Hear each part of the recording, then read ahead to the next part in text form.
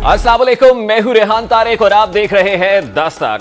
मुल्क में सियासी मेल मुलाकातों, ऐलानात और बयानात के बीच आज वजीर आजम पाकिस्तान इमरान खान ने ओवरसीज पाकिस्तानियों के कन्वेंशन से खिताब किया है, लेकिन वजीर आजम का आज का खिताब उनकी गुज़श्ता दिनों की तकरीर से मुख्तलिफ था।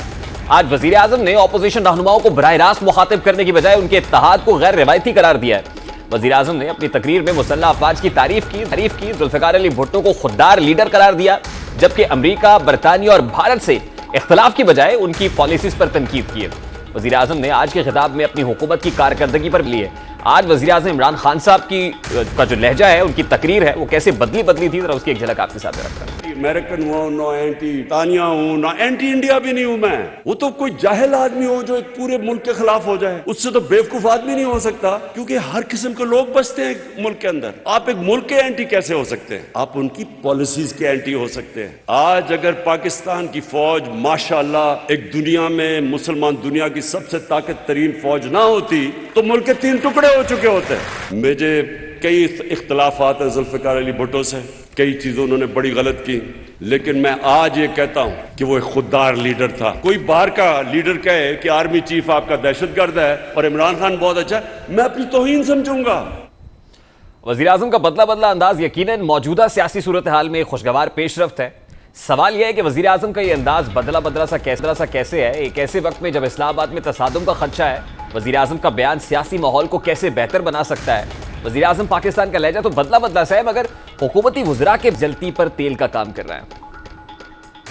से गुजर के लोगों को जाना पड़ेगा वोट डालने के लिए, और फिर उस मजमे में वापस गुजर के जाना पड़ेगा वापस। पाकिस्तान की तारीख का सबसे बड़ा जलसा होने जा रहा है डी चौक में। इस 10 लाख की हजूम में से जिसने वोट डालनी होगी वो गुजर के जाएगा, और जब वो वोट डाल लेगा तो दोबारा भी इसी में से गुजर के उसने जाना होगा। अपनी पेटियां कस लें और इंशाल्लाह ताला आप देखेंगे ये तारीख का वो जलसा होगा जिसकी मिसाल पाकिस्तान में पहले कभी नहीं। ये अभी से डर गए हैं।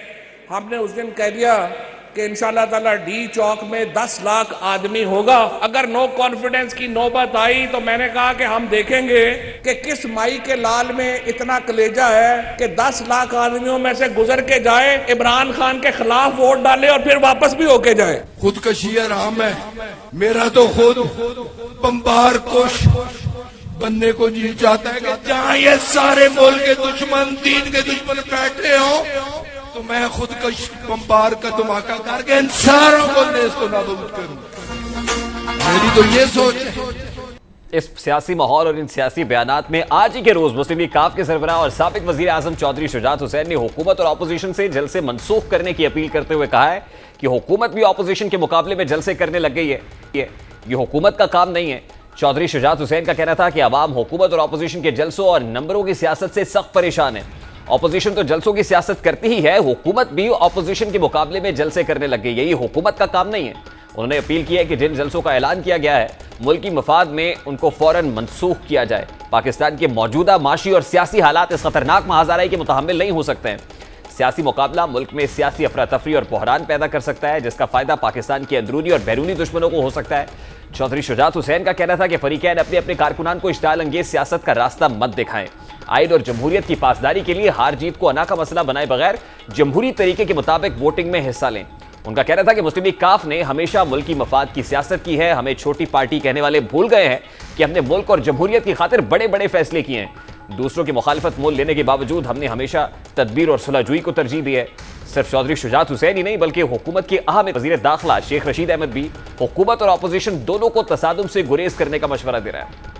जट की सियासत नहीं चलेगी। अनारकी मुल्क में मत फैलाएं। अनारकी का नतीजा जो है वो इंतहाई उल्टा निकलेगा। मुल्क को अनारकी की तरफ मत जाने देना। लड़ाई झगड़ा नहीं होना चाहिए, अनारकी नहीं फैलनी चाहिए। अगर ये मामला हल ना हुए तो पंजाब के अंदर गवर्नर राज, अगर हल ना हुए तो दमादम बस कलंदर होगा।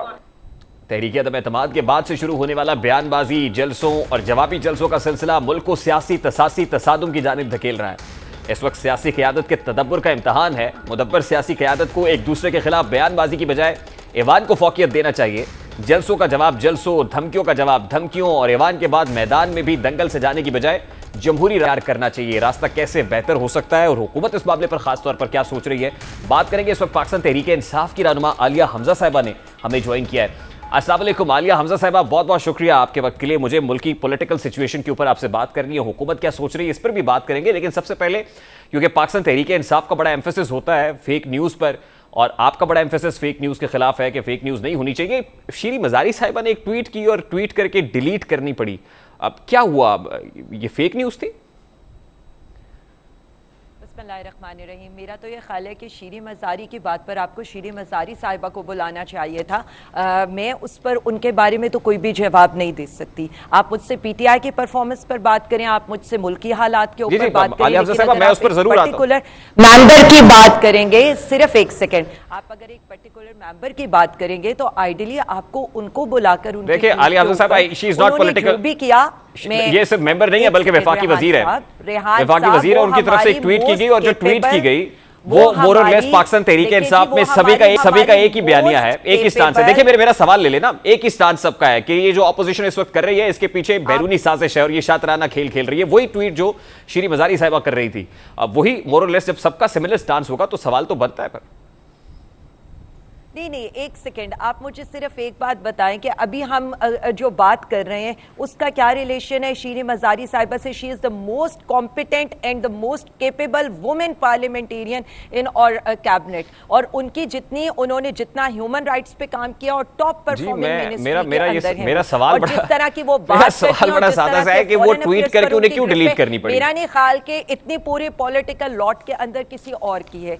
मैं तो उस पर्टिकुलर ट्वीट की बात कर रहा हूं, उनकी कॉम्पिटेंसी की तो बात ही नहीं कर रहा। बंदा देखिए रेहान साहब, आप बार बार एक बात करेंगे, मैं बार बार उस बात का जवाब दूंगी। बेहतर यह है कि हम अगले इश्यूज पर बात। अच्छा चलिए, फिर फयाजुल हसन चौहान साहब ने कहा कि ऑपोजिशन, जी मैं पॉलिटिकल सिचुएशन की बात कर रहा हूं, फयाजुल हसन चौहान साहब ने कहा कि ये जो ऑपोजिशन कर रही है इसके पीछे अमेरिकी साजिश है, ये यूरोपीय साजिश है। और फिर एक ट्वीट की माइकल कुगलमैन जो अमेरिकन थिंक टैंक से हैं, उन्होंने जवाबी एक ट्वीट की है और इसको बिल्कुल बेबुनियाद, मन घड़त और झूठ पर मबनी करार दिया।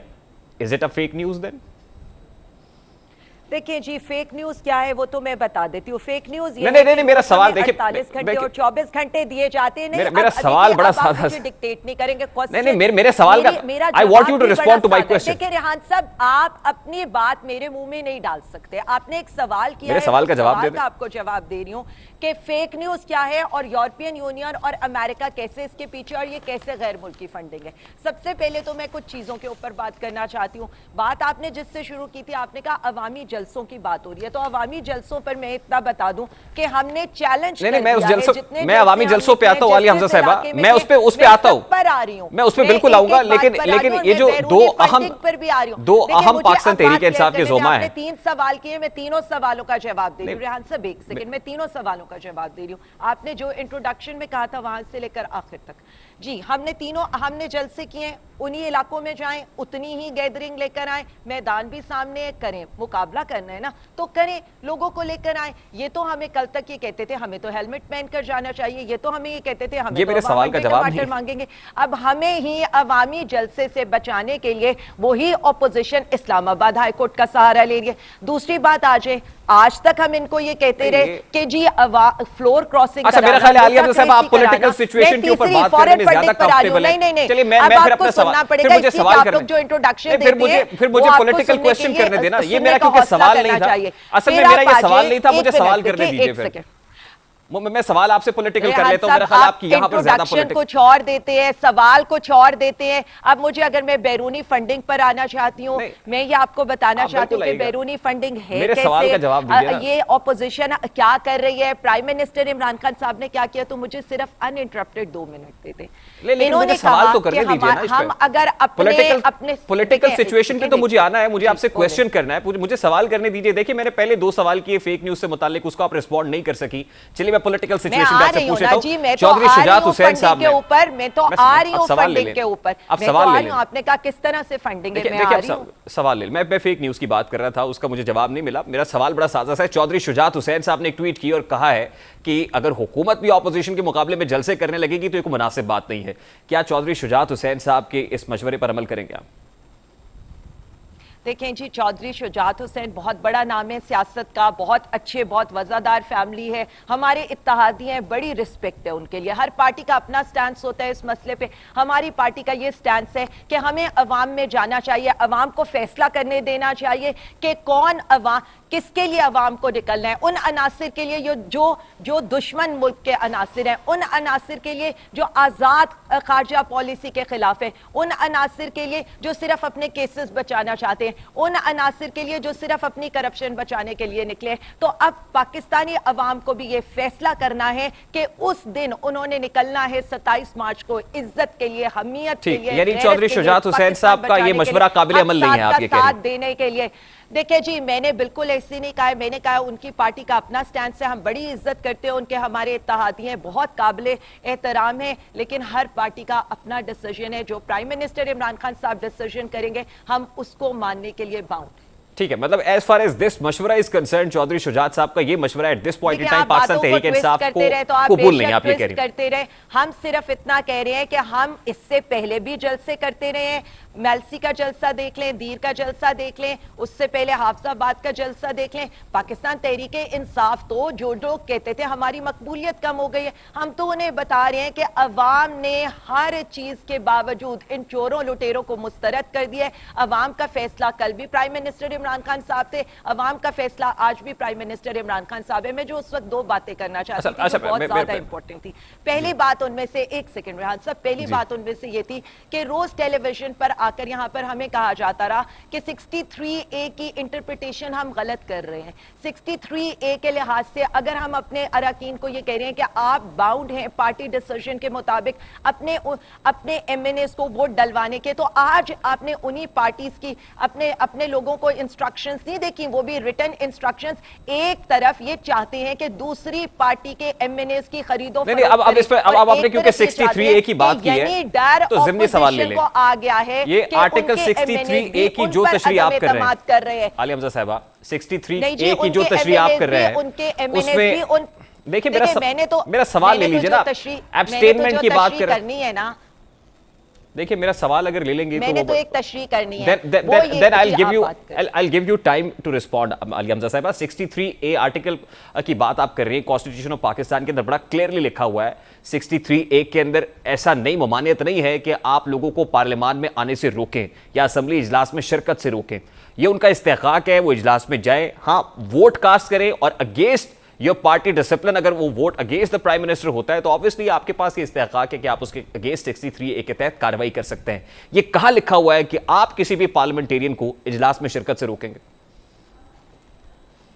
बड़ी इंटरेस्टिंग सी बात है, मैं यही तो बात करना चाहती थी। हम तो जो बात करें, हम तो 2 दिन पहले उनको बता देंगे ये पार्टी का डिसीजन है, जो पार्टी के डिसीजन के अगेंस्ट जाएगा और जो रिटर्न में हमें उसका जवाब देगा उसके लिहाज से स्पीकर साहब वहां पर होंगे। As per that prime minister Imran Khan साहब के नाम पर वोट लेकर आने वाले, प्राइम मिनिस्टर इमरान खान साहब और तहरीक इंसाफ के टिकट के ऊपर वोट लेकर आने वाले, as per legally they are bound के 3 कंडीशंस के अंदर, इधर it's a budget, it's a no confidence or vote of confidence, they are bound to obey the decision of the chairman. और चेयरमैन का डिसीजन जो है वो सबको पता है और 2 दिन पहले हम उनको इन्फॉर्म करेंगे। हम इस तरह से नहीं करेंगे कि 10 दिन पहले हमें ये भागम दौड़ पड़ जाए कि हमारे अपने इजलास में को हमने आने के लिए बाउंड करेंगे और कुछ को हमने या इजलास में शिरकत से रोकेंगे रखा हुआ है। आज हमें उनका भी डर लग रहा है कि ये देख लेंगे, आप पीपल्स पार्टी ने जो अपने पार्लियामेंटेरियंस को आज उनसे ये कहा है कि आप बाउंड है 63A के लिहाज से कि आपने चेयरमैन की बात मानी और अगर आपने चेयरमैन की वायलेशन की के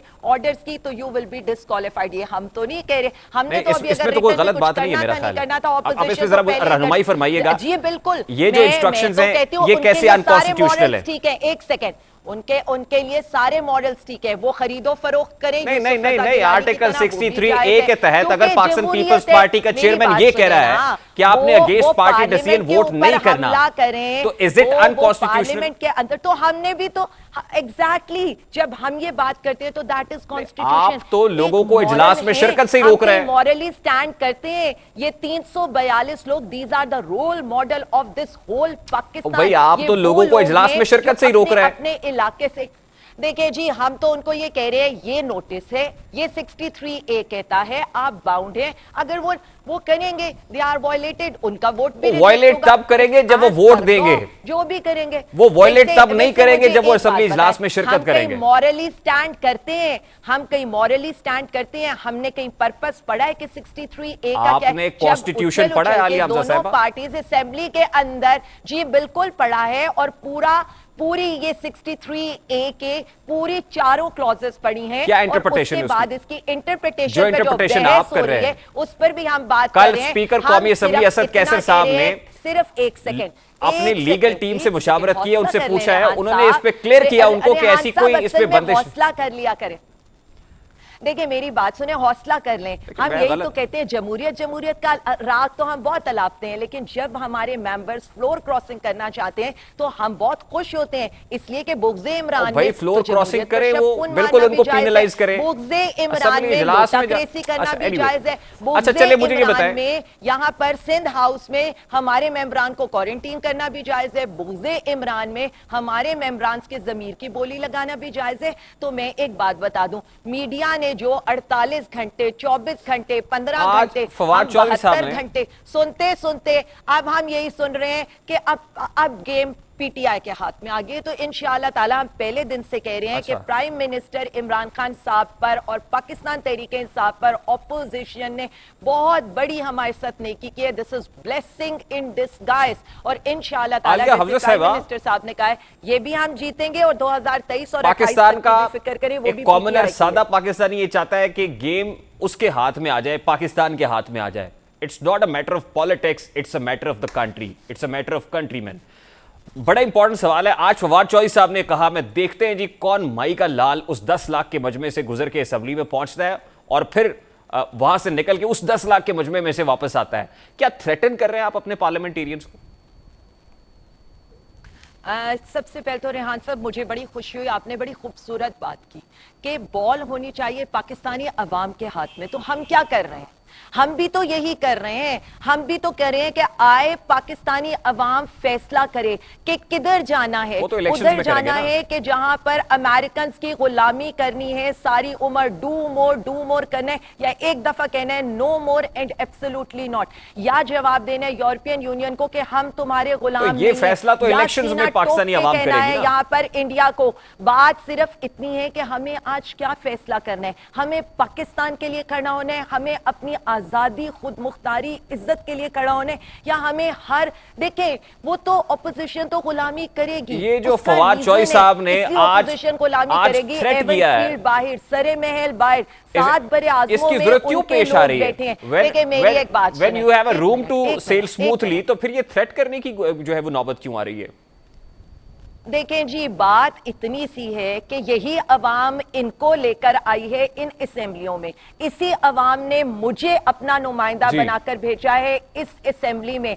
अगर मैं मॉरली करप्ट होंगी तो इस अवाम का ही काम है कि मेरा एहतसाब करना। Then matter has to be settled down in the assembly. Democracy इतनी इस अवाम ने आपको मुंतखब करके असेंबली में भेजा है। बात इतनी है कि लेकिन असेंबली को ताले लगेंगे और असेंबली के बाद डी चौक के अंदर जो है मजमा इकट्ठा होगा, तो isn't it non democratic, undemocratic नहीं है?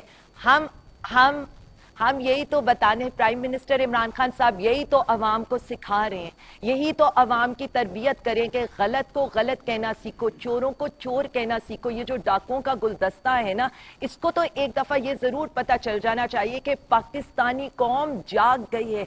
पाकिस्तानी कौम अपने मुस्तकबिल का, अपने बच्चों के मुस्तकबिल का फैसला ऐसे डिसीजन मेकर्स के हाथ में नहीं देना चाहती जो कुछ रुपयों की खातिर अपने जमीर की मंडी लगाते हैं। तो मेरा तो नहीं ख्याल कि ये किसी किस्म की कोई धमकी है। हुकूमत खुद अगर डी चौक के अंदर 10 लाख का, वैसे तो वहां पे 10-15 हजार, 20 हजार, 25 हजार लोग भी इकट्ठे होना, ऑब्वियसली पॉलिटिकल स्टेटमेंट्स होते हैं, 10 लाख लोग इकट्ठे आप कर लेते हैं और फिर ऑपोजिशन भी मार्च लेकर आ जाती है शराय दस्तूर पर, हालात तसादुम की तरफ नहीं बढ़ेंगे और क्या मुल्क इसका मुतहम्मिल हो सकता है?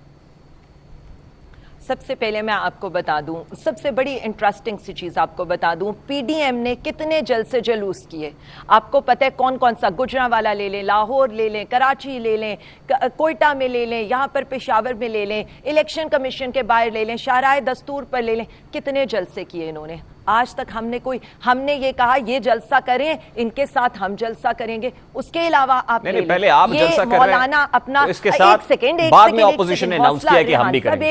एक मिनट आपने देखिए मेरी तो सुन लेना, एक तो आप जो है ना आप लोगों को कहते हैं घबराना नहीं है, हम सवाल करते हैं घबरा जाते हैं। आप अभी बिलावल साहब अपनी वो जो शॉर्ट सी जलसी लेकर 3000 लोग लेकर पूरे पाकिस्तान में घूमते फिरते रहे, 7 दिन वो पंजाब में घूमते फिरते रहे, हमने तो उनको सिक्योरिटी प्रोवाइड की। आप इंसानुल इस्लाम के जत्थे ने पार्लियामेंट लॉजेस पर हमला किया। आप ये दें, एक हमने सिर्फ ये कि वहां पर फैमिलीज रहती हैं उनको प्रोटेक्ट करने के लिए उनको रखा और सुबह हमने रिलीज कर दिया, क्योंकि हम तो कोई ऐसा अदम इस्तेकाम चाहते ही नहीं है। अदम इस्तेकाम तो वो लोग चाहते हैं जो ये जंग हार चुके हैं। आपने सुना, चलिए let's put it this way, आपके डी चौक के जलसे के ऐलान ने अंसारुल इस्लाम के लोगों को, जमीयत उलमा इस्लाम फे के लोगों को आने का मौका नहीं दे दिया। फिर आपने ये अपॉर्चुनिटी प्रोवाइड किया कि एक बार फिर वो सड़कों पे आ जाए। एक सेकंड मैं जो बात कर रही हूं, आपने देखा है कहीं पर हमारी पार्टी ने कहीं पर ये कहा हो कि अगर अदम एतमाद में कुछ हुआ, खुदा ना ख्वास्ता, वैसे तो हम जीत रहे हैं तो क्या होगा, लेकिन वो लोग क्या आकर स्टेटमेंट देते हैं। आपने मौलाना की स्टेटमेंट सुनी है? वैसे तो मौलाना, मैं क्यों उन्हें मौलाना कहती हूँ, तो इस्लाम की भी आलिम तो पता नहीं कैसे होते हैं, बट द रीजन इज कि आपने स्टेटमेंट सुनी थी, उनसे जब सवाल किया गया आपके बंदे पूरे, उन्होंने झुंझला के फोन बंद कर दिया। जब दूसरा सवाल किया गया एतमाद का क्या होगा, तो अगर अदम एतमाद नाकाम हुई तो अनारकी और क्योस होगा। खुदा ना करे, कौन फसाद करना चाहते हैं? अल्लाह ना करे कि ये तसादुम हो मुल्क के अंदर, ये अनारकी हो, इंतशार हो, और ऑब्वियसली इसके लिए हुकूमत को भी रोल प्ले करना और ऑपोजिशन को भी करना है। इन्होंने तो बाहर पाकिस्तान तहरीक इंसाफ की रहनुमा आलिया हमजा साहिबा हमारे साथ मौजूद के भी एक ब्रेक लेते हैं। ब्रेक के बाद जब वापस आएंगे, पस मंजर में रहने वाली मरियम नवाज क्या मंजर आम पर आ रही हैं, और फिर जो पॉलिटिकल सिचुएशन के अंदर नंबर गेम की पोजीशन चल रही है इस पर बात करेंगे और करंट अपडेट आपके सामने रखेंगे इस ब्रेक के बाद।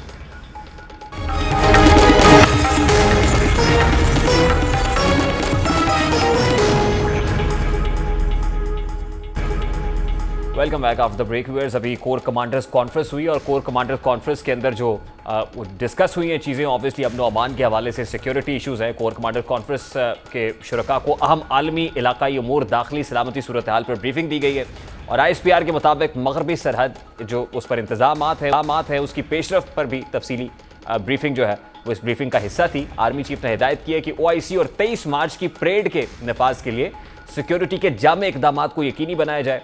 शुरका ने मुल्क की सिक्योरिटी को यकीनी बनाने के लिए तमाम तरह इकदाम को यकीनी बनाने के अज़्म का इजहार किया है। और ऑब्वियसली पाक फौज जो है वो जहाँ पर सरहदों की मुहाफ़िज़ है, वहीं जो मुल्क के दाखिली मामलात हैं, ऑब्वियसली अमन अमान से मुताल्लिक वो एक बहुत बड़ा एजेंडा होता है कोर कमांडर्स कॉन्फ्रेंस के अंदर। और अब जो ख़ास तौर पे पाक अफवाज के सरबराहान हैं, अफसरान हैं, वो बैठे हैं सर जोड़ कर, और ऑब्वियसली उसमें चीज़ें भी डिस्कस हुई होंगी, इशूज़ भी डिस्कस हुए होंगे कि मुल्क के अंदर ये जो इस वक्त एक तसादुम की सी फ़िज़ा है इसको कैसे कंट्रोल करना है, कैसे डिफ्यूज़ करना है। इस वक्त सीनियर सहाफ़ी तज्ज़ियाकार सलीम बुखारी साहब ने मेरे स्टूडियोज़ में ज्वाइन किया है, तो बिला तातुल सलीम बुखारी साहब की तरफ बढ़ते हैं। अस्सलाम वालेकुम सर, बहुत बहुत शुक्रिया आपकी कीमती वक्त के लिए।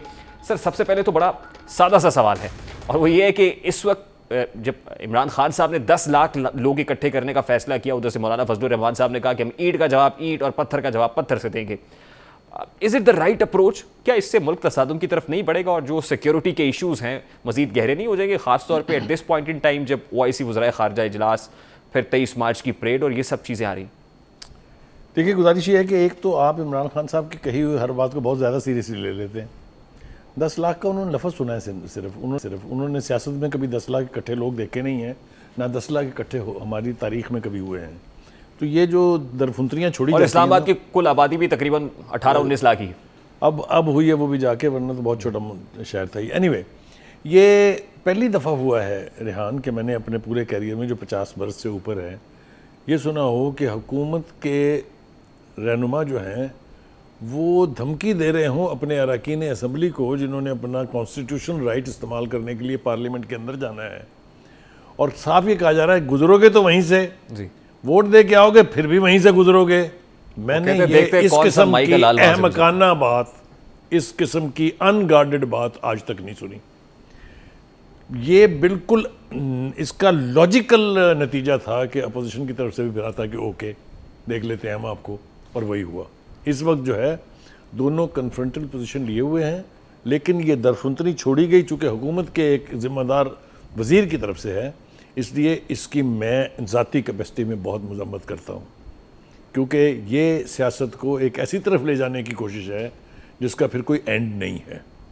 दूसरी बात रहेगी आपकी कि जो कोर कमांडर की मीटिंग का आपने हवाला दिया और जो मुल्क की दाखिली सूरत हाल है उसके इस्तेहकाम की बात करते हुए हमने 23 मार्च की परेड और जो कॉन्फ्रेंस होने वाली है OIC की, पहली बात तो ये कि अगर आप मुझसे पूछें तो मैं ईमानदारी से कहूँगा कि ये कोई बहुत बड़ा प्राइड हमारे लिए नहीं, हम होस्ट कर रहे हैं, पैसे भी खर्च कर रहे हैं, लेकिन इस OIC ने हमारा करके कुछ नहीं दिया।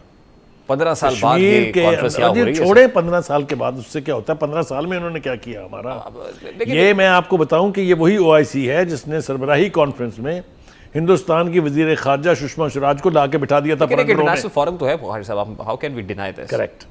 मैं जिस कॉन्टेक्स्ट में बात कर रहा हूँ, मुझे उसकी इजाज़त दीजिए थोड़ी सी वाज़ह करने की। हमारा कश्मीर बहुत सेंसिटिव मसला है। कायदे आज़म ने कहा वो हमारी शहरग है, वो शहरग काट दी गई है, आराम से हड़प कर लिए उसने। हमारे लीडर ने सिवाय 2 तकरीरें करने के कुछ नहीं किया है। इतनी बड़ी फ़ौज हम रखे हुए हैं। हम कश्मीर के साथ, उनके दिलों के साथ हमारे दिल धड़कते थे, वो हर चीज़ के लिए हमारी तरफ देखते थे। हमने खामोशी इख्तियार कर ली इतने बड़े सानहे पर जो 5 अगस्त 2019 को हुआ। मैं कहना ये चाह रहा हूँ कि दाखिली सूरत हाल जहाँ तक इसका ताल्लुक़ है, वो यकीनी तौर पे फ़ौज का एक कॉन्स्टिट्यूशनल रोल है कि वो मुल्क की इंटेग्रिटी को बरकरार रखे, लेकिन साथ ही साथ बग़ैर एम्बिग्विश हुए ये कहा जाना चाहिए था कि oh mister Fawad Chaudhry, don't talk like this will not be allowed. I would मुल्क इस तसादुम का मुतहम्मिल तो नहीं हो सकता। ये जो फ़िज़ा बनेगी ऑब्वियसली मुल्क के लिए अच्छी नहीं है। तो साहब, ये होते हुए आप देख रहे हैं क्या जो ऐलानात किए जा रहे हैं दोनों तरफ से, और फिर मौलाना ने भी कहा कि ईंट का जवाब ईंट और पत्थर का पत्थर से देंगे, क्या ये अप्रोच दुरुस्त है और होता हुआ देख रहे हैं आप प्रैक्टिकली, या सिर्फ ऐलानात बयानात तक ही होगा? मेरा ख्याल ये है, मुझे यूँ लगता है कि कहीं ना कहीं से मदाखलत होगी जिसकी आज बुनियाद रख दी गई है। जो सिक्योरिटी एजेंसीज़ की मीटिंग हुई, जो कोर कमांडर्स की, उसमें चूँकि इस मामले को एक तरह से एड्रेस किया गया है, इंटरवेंशन भी वहीं से आएगी। 2 ही सूरतें होंगी, या तो ये ना हुकूमत का कट होगा और ना ही अपोजिशन का होगा, और अगर एक का होगा तो दूसरे का भी होगा। ये लिखा गया दीवार है, निविश्ता दीवार है, पढ़ लेना चाहिए इसको। अब बुखारी साहब, as far as vote of no confidence move is concern, हुकूमत ने तो टाइम बाय कर लिया है। मतलब 21 को आप इजलास बुलाएंगे, बुलाकर मुलतवी कर देंगे, और फिर 28 को ये बाकायदा तौर पर गिनती का अमल शुरू हो जाएगा। हुकूमत के पास तो बहुत टाइम नहीं है, 13-14 रोज़ का, और 13-14 रोज़ तो बहुत होते हैं लोगों को मैनेज करने के लिए, और हुकूमतें तो मैनेज कर लिया करती हैं। देखिए, हम जिस किस्म की सूरत हाल देख रहे हैं, ये हुकूमत जो है इसकी सबसे बड़ी बदकिस्मती ये है कि ये मांगे तांगे के वोटों पर है, चाहे वो पंजाब है चाहे वो सेंटर है। ये बात का बुरा ना माने आप, आपके माथे पे त्योरियां मैं देख रहा हूँ, ये फैक्ट है। ये फैक्ट है कि आपने वहाँ भी एलाइज के वोटों की वजह से हुकूमत बनाई, आपने पंजाब में भी यही किया। और वो एलाइज अगर हम उनको सीरियसली असेस करें कि वो क्या कर रहे हैं, उन्होंने अब तक किसी एक एलाई ने इमरान खान साहब को एड्रेस करके ये नहीं कहा कि हमारी हमायत आपको हासिल है। उन्होंने एक ही मैसेज दिया है, सब चारों बड़ों ने, जीडीए ने कल कह दिया है, सबने कि हम सूरत हाल को देखेंगे और फिर फैसला करेंगे। हत्ता के क्यों लीग ने भी यही कहा है, मगर वो अपोजिशन को यकीन दहानियां करा रहे हैं। क्या ये इत्तेहादी एंजॉय कर रहे हैं सर? मतलब ये एंजॉय भी कर रहे हैं, 7 सीटों एंजॉय भी कर रहे हैं, ज़ोराने ईशाई और ये सब मेला लगा हुआ है, ये मजे भी ले रहे हैं, लेकिन अगले इलेक्शन में अपनी पोजीशन को यकीनी बनाने की कोशिश कर रहे हैं। और वो आपको पता है किसने बनानी है, और वही हम देख रहे हैं कि कुछ का टिल्ट जो है वो नून लीग की तरफ है, सिंध में कुछ का टिल्ट जो है पीपल्स पार्टी की तरफ से है। यही लोग इस वोट ऑफ नो कॉन्फिडेंस को कामयाब बनाएंगे। Let there be no illusion. लेकिन देखिए बुखारी साहब, कुछ बदला अंदाज तो खान साहब का भी है, खासतौर पे उस जलसे के बाद जिसमें उन्होंने मौलाना को और तमाम अपोजिशन अकाबरीन को बहुत सारी अलकाबात से नवाजा, होना नहीं चाहिए था।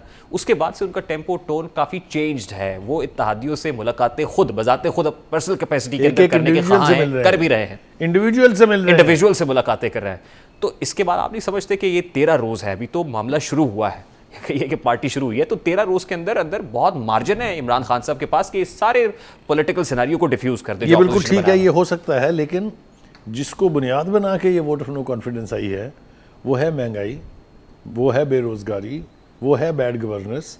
उसको नहीं ठीक कर सकते। इमरान खान साहब ने कहा आलू और टमाटर का भाव तो भुला दिया इस ऑपोजिशन ने। उन्होंने असल में ये बताया कि भाई मैं आपके मसले वसले हल कर देनी है, मुझे तो 5 साल के लिए मजे लेने थे, वो मैं ले रहा हूँ। इसका मतलब यही है, अगर आप आलू टमाटर की कीमत से मुताल्लिक नहीं है, आप अवाम के वोटों का हक नहीं रखते। बट अनफॉर्चुनेटली वो भाई साहब, इस पॉलिटिकल डिस्कशन डिबेट के अंदर ये सब तो सभी भूले हुए हैं। ना तो पेट्रोलियम प्रोडक्ट्स की बात हो रही है, ना कहीं ईटेबल्स की यूटेंसिल्स की बात हो रही है, कीमतें कहाँ पहुँच गई, ना इदारे शुमारियात की रिपोर्ट फ्लैश कर रही है बहुत दिनों से। ये पॉलिटिकल मीटिंग्स ही हो रही हैं, ज़ोहराने इशाई असरा नहीं हो रहे हैं सर। देखिए, हुकूमत के पास अपना सौदा बेचने के लिए ज़्यादा कुछ नहीं है। ये जो फिगर्स है ना, ये हमने ये कर दिया, वो एक्सपोर्ट ये हो गई, इसका आम आदमी की ज़ात से कोई ताल्लुक नहीं है। वो ये देख रहा है कि चीज़ें मुझे सस्ती मिल रही हैं या महंगी मिल रही हैं, पेट्रोल की कीमत बढ़ रही है कि कम हो रही है, वो तो इसके ऊपर तय करेगा। और यही चीज़ें फेस करने के लिए अब इमरान खान साहब और उनकी टीम को बड़ा पित्ता चाहिए कि वो अवाम में जाके फेस करें उनको। ये मैं बता रहा हूँ आपको एडवांस। बुखारी साहब, ये तासुर दुरुस्त है क्योंकि नंबर गेम की बातें हो रही, नंबर ना ऑपोजिशन के पास पूरे हैं और ना ही हुकूमत के पास पूरे हैं। क्या ये तासुर दुरुस्त है सर? ये तासुर तो दुरुस्त है, लेकिन हुकूमत बाई डिफ़ॉल्ट अपनी वो हमायत, गौर कीजिए मेरे लफ्ज़ पर, जिसकी बुनियाद पर उसकी पंजाब जैसे सूबे में और मरकज़ में हुकूमतें कायम हैं, वो वोट ज़ाया करती दिखाई दे रही है। And they are allies. आपको लगता है कि allies ultimately they will part ways with the government sir? Absolutely, I have no doubt. और उसकी वजह मेरी ख्वाहिश नहीं है। मैं जिस किस्म की मीटिंगें देख रहा हूँ, जिस किस्म की यकीन दहानियाँ दिलाई जा रही हैं, मांगी जा रही हैं, वो देख रहा हूँ। देखें, इस पार्टी का डायलेमा देखें आप। एलाइज तो जान छुड़ा ही रहे हैं जिनकी बुनियाद पर ये हुकूमतें कायम हैं। अंदर देखिए क्या है पार्टी के। 20 नाराज अरकान तो बाकायदा इन राइटिंग नवाज शरीफ के दख्तरों से ये यकीन दहानी ले चुके हैं कि अगले इलेक्शन में टिकट उनको मिलेगी। उन्हीं के बारे में फवाद चौधरी साहब कह रहे होंगे ना कि देखेंगे 10 लाख के मसले कैसे गुजरते हैं। You are absolutely right. अब मैं जब देखता हूं कि एलाइज भी नहीं, अंदर से पार्टी की तोड़फोड़ भी है, 20 बंदों ने दस्तखत भी कर दी हैं, तो भाई कहां खड़े हैं इमरान खान साहब? उनके पास तो इतनी कुव्वत है ही नहीं। बुखारी साहब, लास्टली देखिए, एज फार एज इत्तेहादीज़ आर कंसर्न्ड, काफ लीग के ऊपर बात रुकी हुई है और काफ लीग कहती है 48 घंटे में फैसला करेंगे। वो 48 घंटे भी गुजर जाते हैं, वो फिर मीटिंग्स का तीसरा चौथा राउंड शुरू हो जाता है। डेडलॉक कहां देख रहे हैं आप? देखिए, मेरा ख्याल ये है कि सब लोगों ने खास तौर से जो एलाइज हैं उन्होंने पत्ते अपने सीने के साथ जोड़े हुए हैं। ज़हनी तौर पर फैसला वो कर चुके हैं, लेकिन वो नहीं चाहते कि इस वक्त उनके बंदे भी गायब कर दिए जाएं। आप देख लें ना, जो शबखून मारा गया था पार्लियामेंट लॉजिस पर, वो मौलाना फजल रहमान ने तो कई दिन पहले कह दिया था कि हमारे बंदे उठाए जाएंगे। भाई साहब, क्योंकि अनफॉर्चुनेटली मुझे प्रोड्यूसर बहुत देर बाद बताया उन्होंने कि ब्रेक पर जाना है, उसके बाद टाइम बड़ा कम रह गया, तो I have to take a very quick short break. Sir, बहुत बहुत शुक्रिया आपकी कीमती वक्त के लिए। सीनियर अगर सलीम बुखारी साहब हमारे साथ मौजूद थे। Let's take a very quick short break. Break के बाद आते हैं।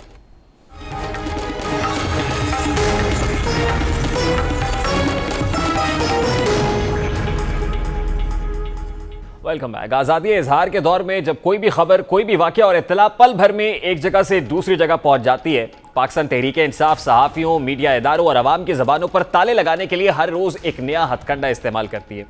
पाकिस्तान तहरीक इंसाफ के सोशल मीडिया अकाउंट्स पर मीडिया पर्सन्स और इदारों पर इल्ज़ामात की एक वीडियो शेयर की गई, जिसमें इल्ज़ाम लगाया गया कि मुल्की मीडिया फेक न्यूज़ को फ़रोग़ देता है। वो वीडियो क्या है, सबसे पहले वो वीडियो आपके सामने रखता है। अब ये तो पाकिस्तान तहरीक इंसाफ के इस ट्विटर हैंडल पर बता दिया गया, लेकिन पाकिस्तान तहरीक इंसाफ हुकूमत के दौर में हुकूमती वज़रा की जानिब से बार बार फेक न्यूज़ फैलाकर न सिर्फ अवाम में झूठ को परवान चढ़ाया गया, बल्कि आलमी सतह पर पाकिस्तान की बदनामी भी हुई।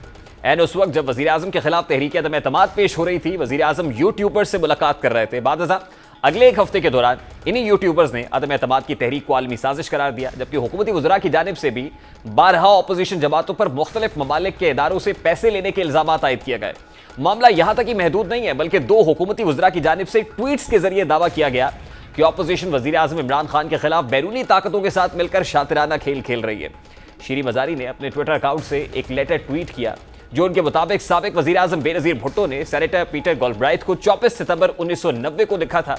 ताहम खत, जिसे बुनियाद बनाकर शीरी मज़ारी हिज़्ब इख्तिलाफ की जमातों पर इल्ज़ाम लगा रही हैं, दरअसल जाली है। शीरी मज़ारी ने अपनी ट्वीट में इल्ज़ाम लगाया कि साबिक वज़ीर आज़म बेनज़ीर भुट्टो ने पाकिस्तान के जौहरी प्रोग्राम को रुकवाने के लिए अमरीका को इमदाद रोकने का मशवरा दिया था, जबकि इसी दौरान सूबाई वज़ीर फ़याज़ुल हसन चौहान ने भी एक जाली आर्टिकल शेयर करके हुकूमती बयानिए को आगे बढ़ाने की कोशिश की। इस हवाले से अमरीकी थिंक टैंक के आला ओहदेदार ने एक ट्वीट करते हुए लिखा कि गुज़श्ता चंद रोज में 2 पाकिस्तानी वज़रा ने जाली दस्तावेजात शाया की हैं, जिनका मकसद इस दावे को फ़रोग़ देना था कि CIA और दीगर गैर मुल्की हाथ अपोजिशन की पुष्टपनाही कर रहे हैं। ये ख़त और शायाशुदा दस्तावेजात बिल्कुल जाली हैं। सहाफ़ी उसामा बिन जावेद के मुताबिक ये ख़त 30 साल बाद दोबारा वायरल है। उन्होंने 2011 में पीटर गोल्ब्राइट से ईमेल के जरिए इस ख़त के हवाले से दरियाफ्त किया था, जिसका जवाब उनकी जानिब से तफसीलन दिया गया था, और पीटर गोल्ब्राइट के जवाब को उसामा बिन जावेद ने अपनी ट्वीट पर भी शेयर किया। अब इस खत में गलतियों की निशानदेही करते हुए कहा था कि इस खत में उनके नाम के स्पेलिंग गलत लिखे गए और बेनज़ीर भुट्टो उनकी गहरी दोस्त थी और वो उनके खानदानी नाम को गलत नहीं लिख सकती। उन्होंने इस ईमेल में यह भी बताया था कि वो 1990 में सेनेट की फॉरेन रिलेशंस कमेटी में काम कर रहे थे और उन्हें कभी भी नेशनल डेमोक्रेटिक इंस्टीट्यूट के लिए काम नहीं किया। बाद शीरी मज़ारी की जानिब से ट्वीट डिलीट कर दी गई। तहरीक इंसाफ की फेक न्यूज़ का हथकंडा नया नहीं है। ऐसा पहली बार नहीं हुआ कि हुकूमत के झूठे प्रोपेगेंडे से पाकिस्तान मुतासिर हुआ। इसका आगाज राणा सनाउल्लाह खान के खिलाफ शहरियार आफरीदी की 3 जुलाई 2019 की प्रेस कॉन्फ्रेंस से हुआ, जिसमें उन्होंने दावा किया कि साबिक वजीर के खिलाफ मनशियात स्मगलिंग की ऑडियो वीडियो सबूत मौजूद है। इस मामले पर आलमी सतह पर बहस हुई मगर बाद यह भी झूठा साबित हुआ। इसी तरह 24 जून 2020 को कौमी असम्बली में खड़े होकर वफाकी वजीर सिविल एविएशन गुलाम सरवर खान ने दावा किया कि पाकिस्तान के 30% पायलट्स की डिग्रियां और लाइसेंस जाली हैं और उनमें से ज्यादातर अपने फ्लाइंग आवर्स भी पूरे नहीं किए। पाकिस्तान में इस वक्त तो कुल 860 कमर्शियल पायलट्स थे और हुकूमत ने उनमें से 262 को मशकूक करार दे दिया। यह खबर पूरी दुनिया में ब्रेकिंग न्यूज बन गई और आधी दुनिया ने PIA पर पाबंदी लगा दी और गैर मुल्की एयरलाइंस ने तमाम पाकिस्तानी पायलट्स ग्राउंड कर दिए। जो कौमी एयरलाइन की रीढ़ की हड्डी टूट गई, यह हड्डी अब तक बहाल नहीं हो सकी। हुकूमत जो फेक न्यूज़ में नजम सेठी पर 35 पंक्चर, मुल्तान मोटरवे से मियां शहबाज शरीफ के किकबैक्स, बरतानवी फंड्स में खुर्द बुर्द, सुलेमान शहबाज और शहबाज शरीफ के खिलाफ NCA, बरतानिया की तफ्तीश और जहांगीर तरीन के खिलाफ FIRs और उन तमाम इल्जामात में वज़ीर आज़म के बयानात एक नया पिंडोरा बॉक्स खोल सकते हैं। फैसल वोडा ने अप्रैल 2019 में एक टॉक शो में फरमाया था कि इतनी नौकरी आने वाली है कि बंदे कम पड़ जाएंगे और ये सब बरसों में नहीं महज 4 हफ्तों में होगा। लेकिन इस खबर को भी 2 बरस बीत चुके हैं। अप्रैल वजीर science and technology Fawad Chaudhry ने दावा किया कि दुनिया की सबसे बड़ी दूरबीन स्पार्को ने भेजी है, जबकि यह कारनामा नासा का था। ऐसे अनगिनत जो स्टेटमेंट्स हैं और न्यूज़ हैं जो हुकूमत के वफाकी वज़रा की जानिब से सामने आई हैं, लेकिन अभी तक वो फेक न्यूज़ ही साबित हुई हैं। प्रोग्राम का वक्त अपने इख्तिताम को पहुंचा। आपसे मुलाकात होगी इंशाल्लाह कल। अपना रखिएगा ख्याल। अल्लाह हाफ़िज़।